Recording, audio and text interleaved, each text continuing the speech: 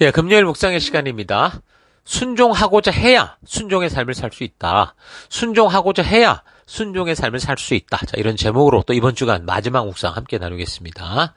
자, 어제 우리는 이 아테네에서 성경과 역사를 통해 하나님의 존재를 알리고 그가 행하신 일을 온전히 전하면서 회개하여 영생의 길로 돌아오라고 초대하시는 바울이라는 사람을 통한 하나님의 직접적인 구원의 초대를 받고도 그 부르심을 비웃기도 하고 조롱하는 이런 이야기를 통해서 우리가 바울과 같은 전도자로서 우리는 과연 어떤 태도와 자세로 증인된 삶을 살아가야 되느냐라는 걸 생각해 봤습니다.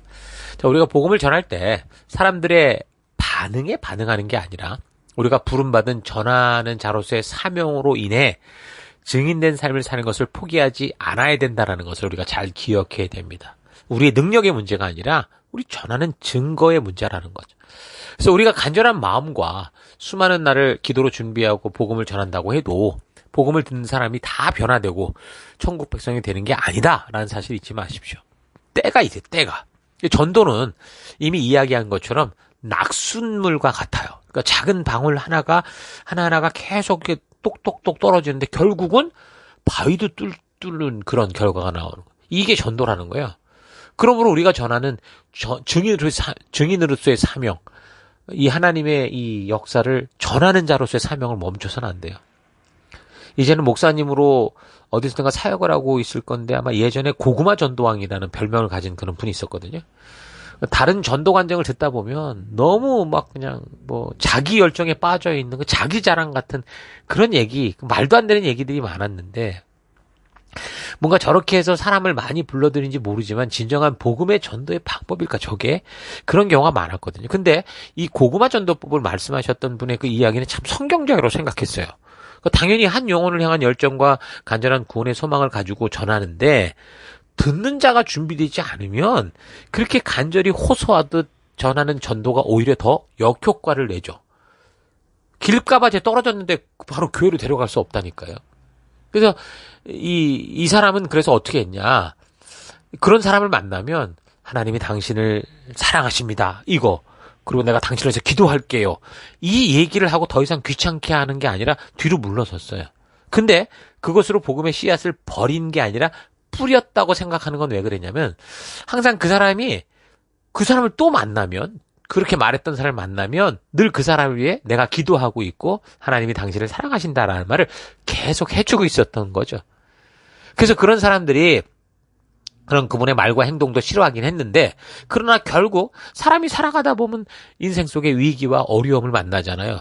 그럴 때 그 사람이 생각나는 거예요. 하나님이 자기를 사랑하는 것과 누군가 이제 뭐 하나님을 만나게 해줄 것 같이 나를 기도해 주는 그 사람이 있다라는 생각이 드는 거죠.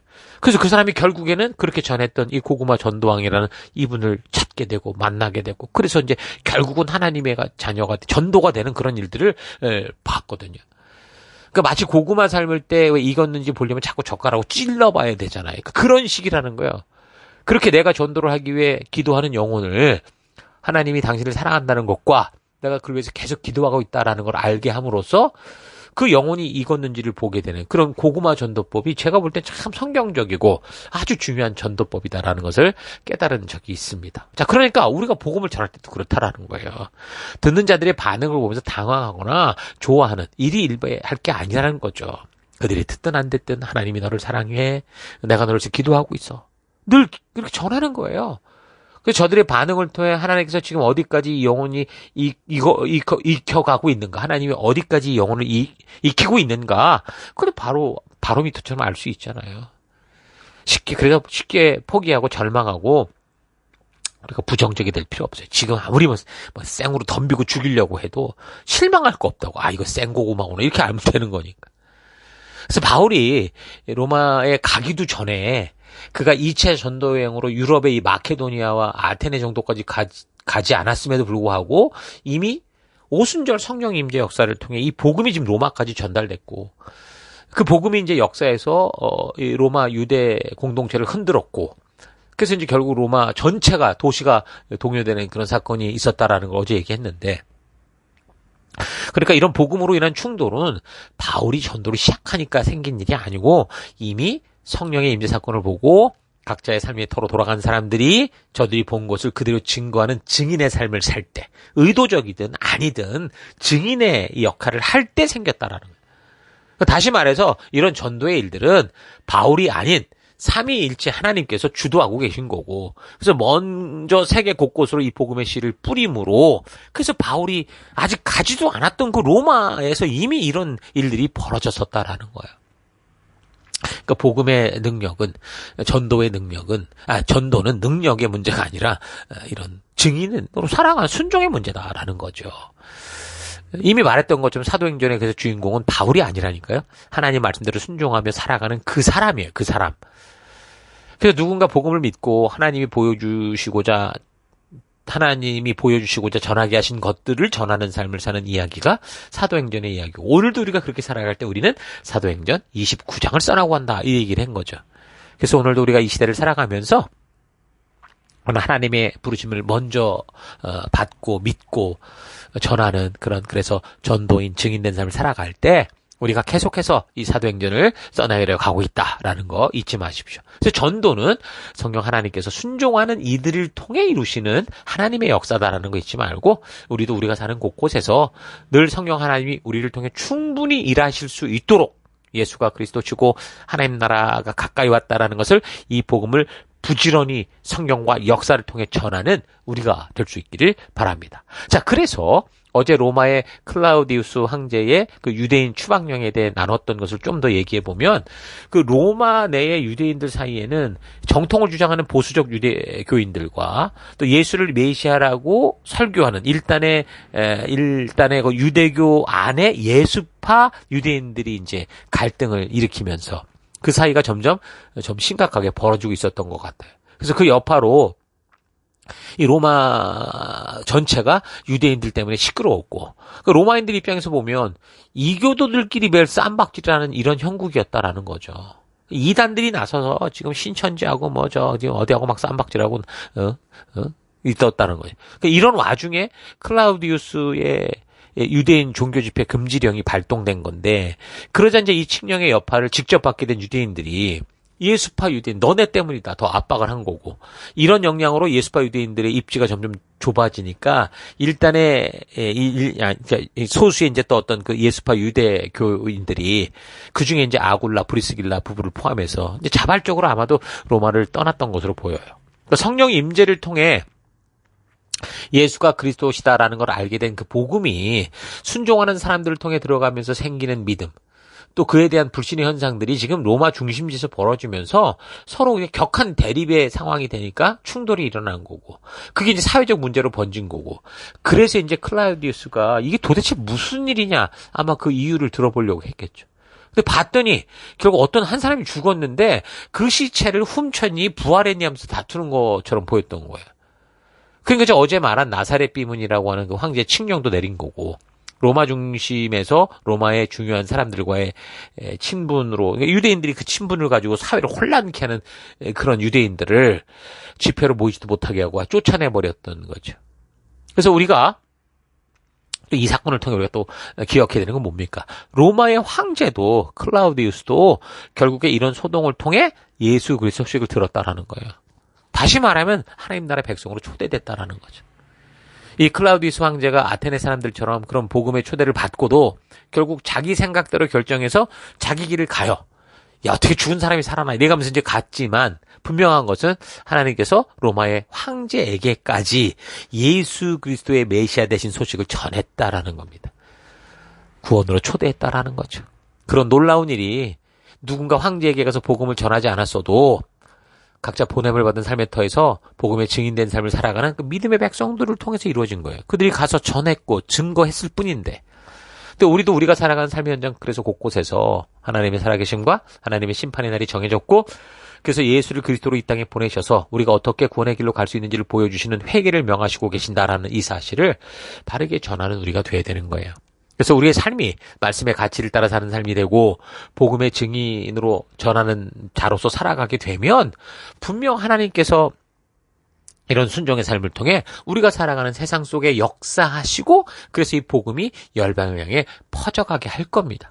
자, 그러니까 자주 말하지만 사도행전은 바울이라는 어떤 한 사람이 이방인의 사도로 그가 가는 곳마다 복음이 심어져가는 그런 이야기를 적고 있는 게 아니고요. 이미 삼위일체 하나님께서 주도하셔서 세계 도처에 새 언약의 성취로 시작된 하나님 나라를 심어가고 계셨다라는 것을 보여주고 있는 겁니다. 그래서 바울이라는 인물이 특별하다라는 사실을 적어내려고 했던 게 이 사도행전이 아니고 바로 그렇게 살아가는 사람이 성도고 바울의 모습이 성도의 모습인 걸 보여주는 거예요. 그래서 하나님의 부르심을 받고 예수 그리스도로 말미암아 교회된 성도들의 존재는 이렇게 사는 거다라는 것을 말해주는 게 이제 사도행전의 이야기인 겁니다. 자, 그래서 고린도로 어쨌든 오게 된 아굴라와 브리스길라 이 부부가 이제 바울을 만나게 되는데 18장 2절 거기에서 그는 본도 태생인 아굴라라는 유대인 사람을 만났고 아굴라는 글라우디오 황제가 모든 유대인 사람들에게 로마를 떠나라는 칙령을 내렸기 때문에 얼마 전에 그의 아내 브리스길라와 함께 이탈리아에서 온 사람이다.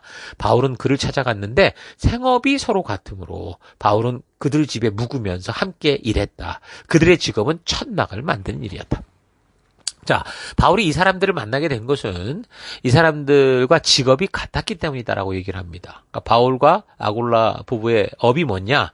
장막, 그러니까 텐트를 만드는 일이었어요. 텐트를 만든다고 하니까 뭐 우리 얼른 생각하면 뭐 등산이나 캠핑 갈 때 사용한 건가 생각할 텐데 여기서 지금 아굴라나 브리스길라가 했던 장막 사업은 그 정도가 아니에요. 이 장막을 만드는 기술은 그 당시로서 가장 돈벌이가 잘 되는 아주 고급 기술에 속한 일이었습니다. 말하자면 이 장막은 일반 사람들에게도 뭐 필요할지 모르지만 일단은 왕족, 귀족, 특히 이제 전쟁 나가는 군인들 이런 사람들에게 굉장히 필요했던 거죠. 특히 왕족이나 귀족 같은 경우는 이런 뭐 이 텐트를 무슨 어디 뭐 군인들 야영하는 걸 했겠습니까? 아니죠. 여러분 가끔씩 영화에서 보듯이 뭐 그냥 갔는데 무슨 엄청난 궁궐처럼 세운 전쟁터 안에 그 왕이 들어가거나 장군이 들어가는 그 텐트를 보면 엄청나잖아요. 그런 걸 말하는 거예요. 서민들은 꿈도 꾸지 못하는 너무도 비싼. 그래서 아마도 그런 장막을 수주받으면 한두 채 정도만 줘도 1년 연봉이 나오는 그런 일이었던 거죠. 그러니까 바울의 고향이었던 그 소아시아 길리기아 다소가 그 염소털이나 가죽을 가지고 천막을 만드는 그런 직업이 굉장히 흥행했던 곳이었다고 합니다. 그래서 이제 유대인들이 많이 여기에 종사를 했고, 그 당시 이제 유대인 부모들 같은 경우도 자식들에게 분명히 학교 교육을 시키는데 반드시 거친 세상에서의 생존 수단으로 꼭 한 가지 기술은 꼭 가르쳤습니다. 그래서 바울도 성장 과정에서 단지 책상에서 공부하는 게 아니라 천막을 만드는 기술을 배웠던 거죠. 그래서 이제 이런 기술을 통해 그가 어디를 가든지 스스로 생존할 수 있었고 복음을 전하는 어떤 그런 전도의 삶을 살 수 있었던 겁니다. 그래서 사도 바울도 어려서 이런 고급 기술을 배운 거고. 그래서 아굴라와 브리스길라가 이런 장막 사업을 하는 거를 함께 도우면서 이 전도인의 사명을 감당했던 겁니다. 자, 이런 걸 볼 때 지금 여러분들이 여러분의 삶에서 지금 계속 뭔가를 배우고 훈련하고 있거나 전공하고 있거나 이미 오래된 경력을 가진 그런 어떤 전공적 재능들이 있다면 잘 활용하십시오. 하나님을 온전히 섬기려고 하면 그런 일들은 세상 일이라고 다 제껴두고 뭐 신학하고 뭐 목회하고 교회를 뭐 개척해라 또 선교사로 나가라 이렇게 생각한 사람도 있는데 그렇지 않아요. 여러분들이 가지고 있는 재능들은 결코 세상 일이 아니에요. 거룩한 성도된 여러분들이 하는 일이 어떤 일이든 간에 그거는요 성직이에요. 여러분의 사명입니다. 사도 바울이 지금 가지고 있는 이 모습과 똑같은 거예요. 그래서 지금까지 특별히 뭘 할지 정해지지 않았다면 여러분 이 시대에 필요한 고급 기술들을 꼭 한 가지씩은 훈련했으면 좋겠어요. 똑같은 기술을 훈련하고 더 많이 벌 수 있는 그런 기술을 꼭 하나 가지십시오. 그래서 뭐 선교를 갈 때도 후원하는 어떤 교회의 지원을 받아내고 이런 게 아니고 그 기술 가지고 보내진 곳에 뿌리 박는 거예요. 거기서 내가 직장을 구하고 사업을 하면서 스스로의 힘으로 복음을 전할 수 있는 거.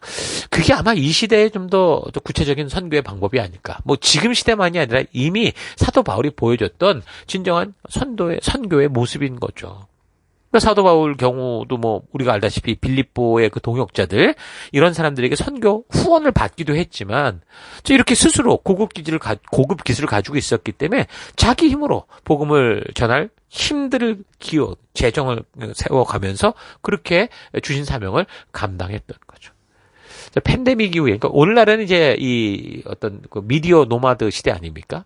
그래서 우리가 지금 뭐 이런 시대에 뭐 기술만 하나 있으면 어느 나라 어느 곳에 가서도 충분히 그 일들을 해낼 수 있는 것처럼 아마 우리도 이제 바울을 통해 이제 이런 모습을 분명히 배워야 될 거라고 봅니다. 자, 그리고 또 한 가지.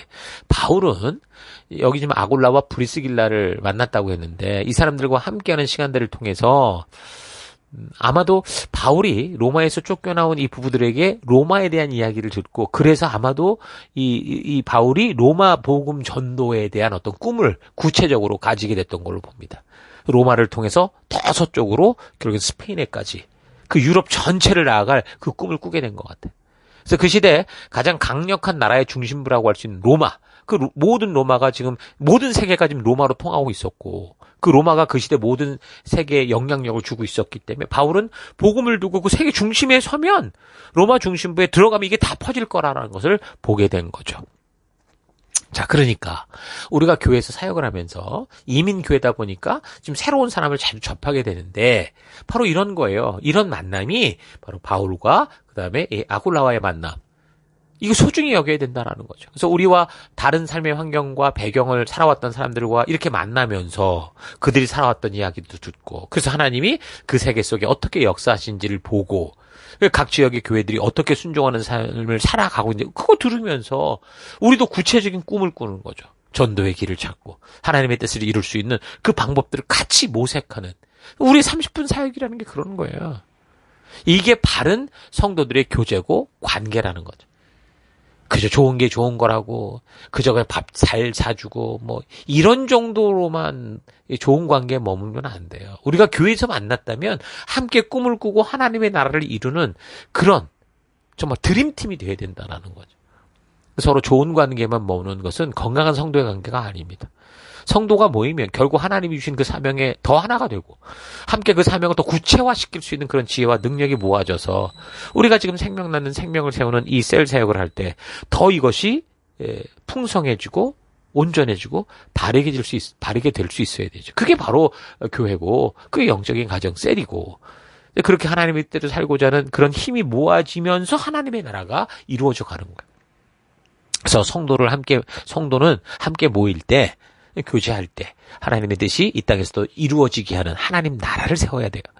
그래서 우리가 결혼을 할 때도 믿음 안에서 이루어지는 이 결혼이 바로 하나님 나라를 세우는 거고 우리는 우리가 말씀에 기초한 믿음의 가정을 그래서 세워가야 되는 거고 그 가정에서 우리 아이들에게 하나님 나라의 가치인 성경이 저들의 삶의 기준이 되게 하는 이 성경 교육을 성실하게 해가야 된다라는 거 기억해야 됩니다.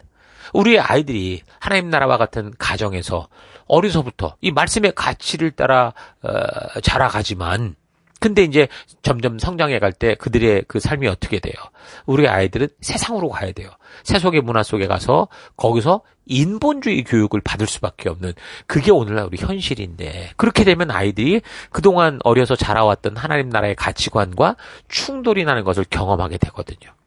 그럼 이제 인생의 아주 중요한 이제 방향성들이 이제 거기서 결정되는데 이런 시점에서 수많은 하나님의 사람들, 이 자녀들이 어떻게 돼요? 세상으로 나가 떨어지고 세상에 휘말려가는 걸 너무나 많이 봅니다. 이게 정말 영적인 전쟁이에요. 그래서 우리 유초동부를 세워주신 우리 선생님들, 우리 중고동부를 또 세워가는 우리 귀한 지체들 정말 축복합니다. 너무 소중한 사명을 가지고 있어요. 자, 그래서 어려서부터 우리의 가정을 하나님 나라로 세워서 성실하고 부지런히 하나님 명령과 같이 말씀의 가치로 교육하는 그런 우리 하나님 나라를 세워가십시다. 그래서 우리 아이들이 하나님 나라인 그 가정과 또 교회에서 하나님 말씀의 가치로 철저히 무장되고 훈련되어져야 그 말씀의 가치가 심어져야 세상에 나갔을 때 주변의 모든 친구들이 살아가고 있는 그 유행의 모습, 세상의 가치로부터 기꺼이 아닌 것은 say no라고 말할 수 있는 다니엘과 같은 믿음의 거장이 될 수 있는 거예요. 자, 그래서 우리는 더욱더 힘을 내서 하나님 나라라고 할 수 있는 이 가정과 교회가 힘을 모아서 우리 아이들이 하나님 말씀으로 하나님 나라의 가치로 무장되게 하고 세상에 나가서도 다니엘처럼 하나님 나라의 백성답게 살 것을 결단하고 담대하게 나아가게 하는 그런 믿음의 사람으로 세워가는 우리가 되기를 바랍니다. 자, 오늘 하루 나는 어디를 가든지 바울처럼 하나님의 진심을 전할 수 있는 귀한 동역자들을 만나고 내가 그런 성실한 동역자의 삶을 살아가고 있는지 차분히 되돌아보십시다. 바울은 새로운 도시를 찾을 때마다 교회를 찾았고 또한 놀기 좋은 세상 문화 속에서도 세상에 빠진 자들과 함께 어울린 게 아니고요. 그 어둠 속에서 빛을 발하고 있는 동역자들을 자꾸 만나더라는 것. 이것은 그냥 저절로 이루어지거나 하나님이 이렇게 상황을 일부러 막 만드셔서 조작해서 나오는 일이 아니에요. 바울이 스스로 하나님 주신 그 사명을 잊지 않았기에 그리고 그 사명에 순종하는 길로 나아가려고 노력했기에 이루어지는 거예요. 그 스스로 쉬고 여유를 가지고 세상을 구경하는 자세로 살아간 게 아니고 하나님 주신 사명의 눈으로 세상 사람들을 볼 때 하나님의 증인된 삶을 살기 위한 그런 태도가 있었기 때문에 그 안에 보이는 같은 동역자들을 만났던 거죠. 여러분, 이런 삶은 절대로 저절로 이루어지지 않는다는 거 잊지 마십시오. 스스로 하나님 주신 이 말씀의 가치를 따라 기꺼이 대가를 지불하려고 해야 이게 이루어질 수 있는 거예요. 그러니까 순종하고자 해야 순종의 삶을 살 수 있는 거예요. 왜 우리가 순종의 삶을 살 수 없느냐? 순종하려고 하지 않으니까 그러는 거예요. 고린도와 같이 음란한 세상, 바벨론과 같은 이 우상의 세상에서 다니엘처럼 하나님이 거룩하게 구별하여 세워주신 성도로서 순결한 삶을 살려고 결단을 해야 그 결단처럼 거룩하게 살아갈 수 있는 거예요. 그래서 현재 내가 속한 교회 셀 팀에서 우리가 하나님의 가족이요 주신 사명을 이루는 한 팀이요 한 비전으로 부름받은 영적인 동행자요 동역자요 일꾼이라는 인식하고 그렇게 하나님 백성답게 살아가고자 결단하고 결심하고 순종의 길로 적극적으로 나서야 우리가 이 셀 컨퍼런스를 통해서 이 방향과 방법을 바르게 알고 그렇게 하겠더라고 결단을 해야 우리가 2025년에 이 셀 사명, 생명을 낳는 생명을 세우는 이 사명을 온전히 감당할 수 있게 되는 겁니다. 우리가 함께한 사역 안에서 오랜 시간을 함께 달려오면서 좋았던 시간, 다투던 시간, 예비하는 시간, 세상에서 거룩한 싸움을 하며 고민하고 괴로웠던 많은 시간들을 우리가 함께 보내면서 우리는 이미 소중한 팀이 됐다는 거 잊지 마십시오. 그래서 이제 부르심에 대한 고민이 아니라 우리를 부르신 그 부르심을 따라 우리가 어떻게 그 사명을 감당해야 할 것인지 함께 찾아가는 우리가 되십시다. 우리는 지금 우리끼리 모여 천국잔치 벌이려고 모인 게 아니에요. 도적같이 임하게 될 그 마지막 날이 이르기 전까지 아직도 영생의 길을 알지 못하고 지옥을 향해 걷고 있는 그 사람들을 구하는 사명 앞에 모인 거죠. 여러분들은 그렇게 하나님으로부터 보냄을 받은 생명을 구하고 영생의 길을 알게 하여 세상 사람들로 하여금 나아갈 바를 알게 하는 특별한 사명을 맡은 영적인 군사, 영적인 특공대, 영적인 911 팀이다라는 거 잊지 마시고 오늘도 여러분들이 보냄을 받은 그 가정, 그 직장, 그 사업터, 그 학업에터 모든 관계 속에서 귀한 빛과 소금의 사명을 기쁨과 감사함으로 감당해가는 열방의 제사장 되기를 주의 이름으로 축원합니다. 자, 오늘 하루도 힘내십시오. 잠시 기도하겠습니다. 하나님, 우리를 한 교회로 부르신 것은 우리로 한 팀이 되어서 주님이 주신 사명의 길을 감당할 수 있도록 하신 건데 오랜 시간 동안 그저 나의 만족을 채우기 위한 곳으로만 그렇게 생각하며 살아왔던 것 회개합니다. 비록 부족하고 연약해도 우리가 예수 그리스도의 이름으로 부여받은 사명에 함께하고자 할 때 하나님의 몸된 교회와 성도들이 힘을 얻고 험하고 폭풍치는 곳도 담대히 나아갈 수 있다는 거 잊지 않고 성령이 하나 되게 하신 것을 힘써 지켜가는 우리가 되기 원합니다. 우리가 걷는 길은 쉽고 편한 길이 아니라 바른 가치를 따라 영생하는 길, 그러나 세상에서는 거칠어 보이는 길이다라는 거 잊지 않고 우리가 주의 길을 걷고자 할 때 저항과 박해가 당연한 것이다라는 것을 알고 마음으로 준비하여 결단하여 그런 파도가 오히려 우리를 더 앞으로 나아가게 하는 에너지가 될 수 있도록 하는 믿음의 삶 살기를 원합니다. 하나님, 모든 것들은 말과 들음에서 끝나는 게 아니라 들은 것처럼 결단하고 행하고자 해야 순종할 수 있다는 거 잊지 않고 이 하루도 순종하는 그런 하루가 되기를 또 감사드리며 예수님 이름으로 기도했습니다. 아멘.